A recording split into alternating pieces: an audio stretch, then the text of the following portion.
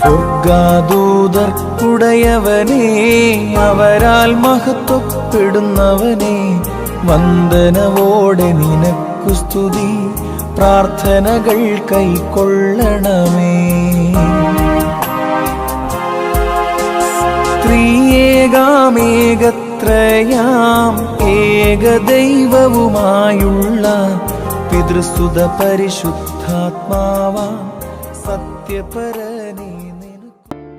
പിതാവിനും പുത്രനും പരിശുദ്ധ റൂഹായിക്കും സ്തുതി, ആദ്യം മുതൽ എന്നേക്കും തന്നെ ആമീൻ.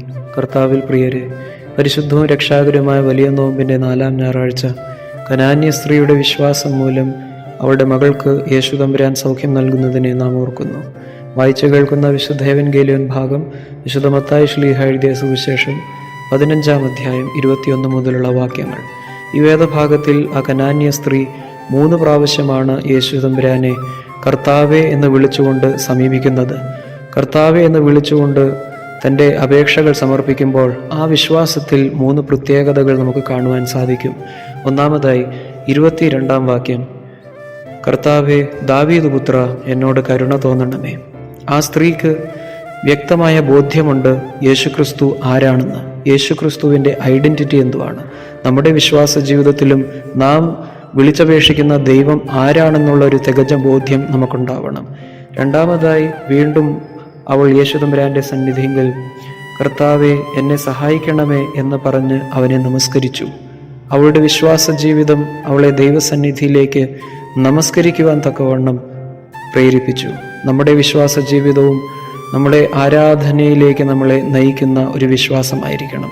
മൂന്നാമതായി വീണ്ടും നമുക്ക് കാണുവാൻ സാധിക്കുന്നത്, അല്പമായെങ്കിലും യേശു തമ്പുരാനാൽ നിന്ദിക്കപ്പെടുമ്പോൾ അവൾ പറയുന്നു, കർത്താവേ, നായക്കുട്ടികൾ പോലും യജമാനന്മാരുടെ മേശയിൽ നിന്ന് വീഴുന്ന അപ്പനുറുക്കുകൾ തിന്നുന്നുണ്ടല്ലോ എന്ന് പറഞ്ഞു.